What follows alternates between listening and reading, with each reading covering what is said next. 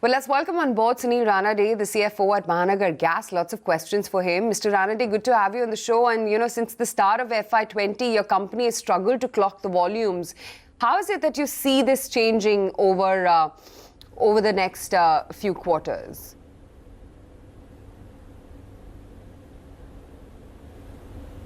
Okay, good morning.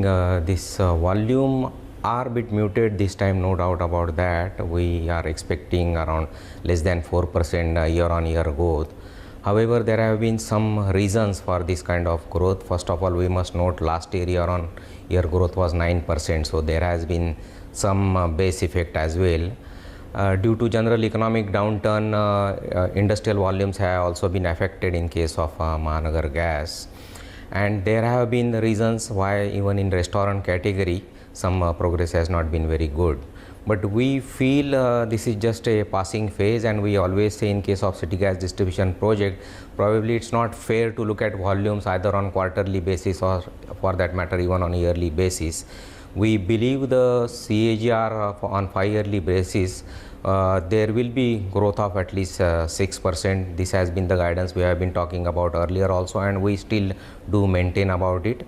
And there are reasons why we are saying that there should be some impressive growth which is likely to come up in the forthcoming quarters. One of the primary reasons is in one state transport unit within Mumbai, there have been some additions of CNG buses. By this March end, it said there could be almost 500 additions to the buses, and there are, we believe, plans by the state transport unit to add even 1,000 odd CNG buses in the forthcoming quarters. So that could be a good news for CNG customer category. Even in case of industrial, the kind of awareness which is increasing on pan-India basis, be it National Green Tribunal or any other forums are concerned, the way developments have taken place in the regions of NCR or Agra and surrounding regions, probably similar things are likely to happen in the city of Mumbai or the surrounding regions. It's just a matter of time when actually these promulgations come up. So we are quite hopeful of the improved growth in the continuing and forthcoming quarters. Right. But tell me, with the rollout of the last mile connections, I'm sure you would be expecting a pickup in the residential gas sales. And will they be able to grow at double digit then eventually?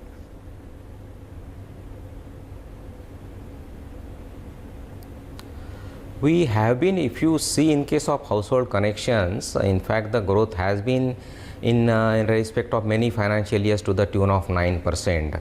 So it's not that the growth has not been impressive, but even further growth is could be possible. Though only point to note in case of Mahanagar Gas is, as compared to particularly other city gas distribution industry, we operate hardly for half part of the year due to heavy rains and monsoon season in the city of Mumbai and surrounding region. The local municipalities do not allow us to operate, excavating roads particularly for almost 6 months of the year. So whatever progress we are achieving, we have been adding nearly more than 1 lakh connections per annum, and the growth could have been even higher, but for the limitation on our part, which is being caused because of the municipal regulations. But we are still trying to maximize the connections as much as possible. There is definitely no dearth of demand. There are some issues or challenges we do face on the front of permissions. Municipal permissions is one thing, but there are also permissions from police authorities, be it traffic police. There could be some sometimes permissions required even from forest authorities or national highway authorities. These things do sometimes limit our progress, but all out attempts are on to ramp up the speed. Do you expect CNG sales growth to pick up in FY21 as more stations get added as well?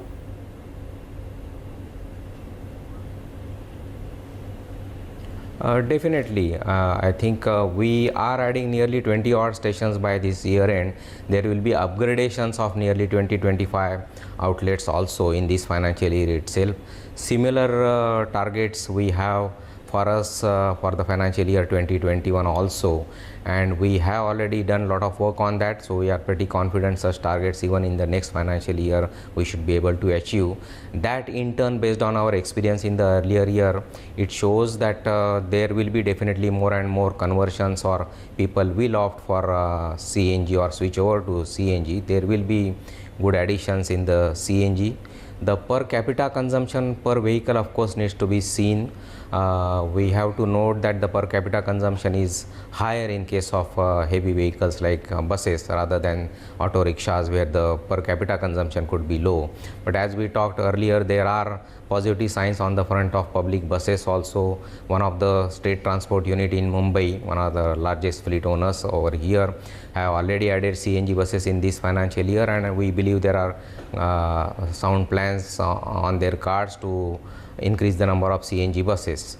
And in addition to that, probably now pretty good clarity has also come up on BS6 standards. In fact, one of the car manufacturers has already launched BS6 compliant CNG vehicles also, both in one model in lower segments as well as one in sedan segment.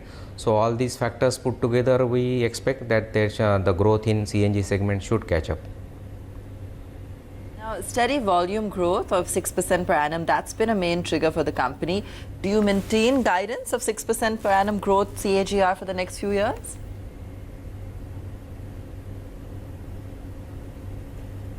Yes, on CAGR, 5-yearly CAGR basis, we do maintain that guidance as of now. PNGRB also planning to allow competition in a few months in the CGD area. What will this mean for the sector and for margins?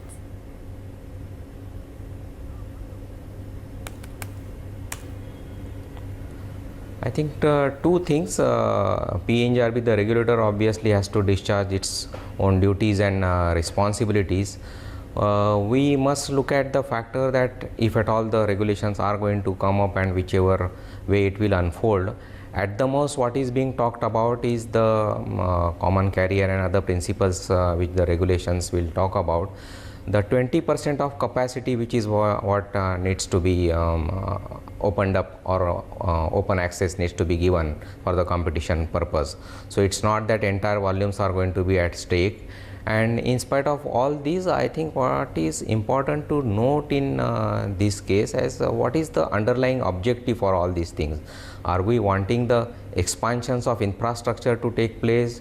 Do we want to ensure the better service levels for the customers, or do we want to ensure the customers are not fleeced out of the pricing? I think all these fronts Mahanagar Gas has been doing pretty well. We have added infrastructure pretty well. There is already a natural cap on the pricing front also, because there are alternative fuels available. So while competition is fine and opening up or giving the common carrier principles and access to the competition is fairly all right, what we strongly believe, if you look at the cases of either United Kingdom or United States or even some other European countries, the competition was allowed to set in only after the gas markets matures fully. Enough number of kilometers of pipelines or infrastructure should be in place. There should be enough number of suppliers also need to be in place. That would be probably the appropriate time for competition to be allowed. And when we talk about the infrastructure growth, it is not only the downstream developments, right from the LNG terminals to the downstream, everywhere I think there should be open access, and then only probably we feel the getting in the competition will be much more successful. That is what the company believes. Okay, all right. Thanks for joining us then this morning and taking us through some of the anticipated moves, Mr. Ranade, at Mahanagar Gas.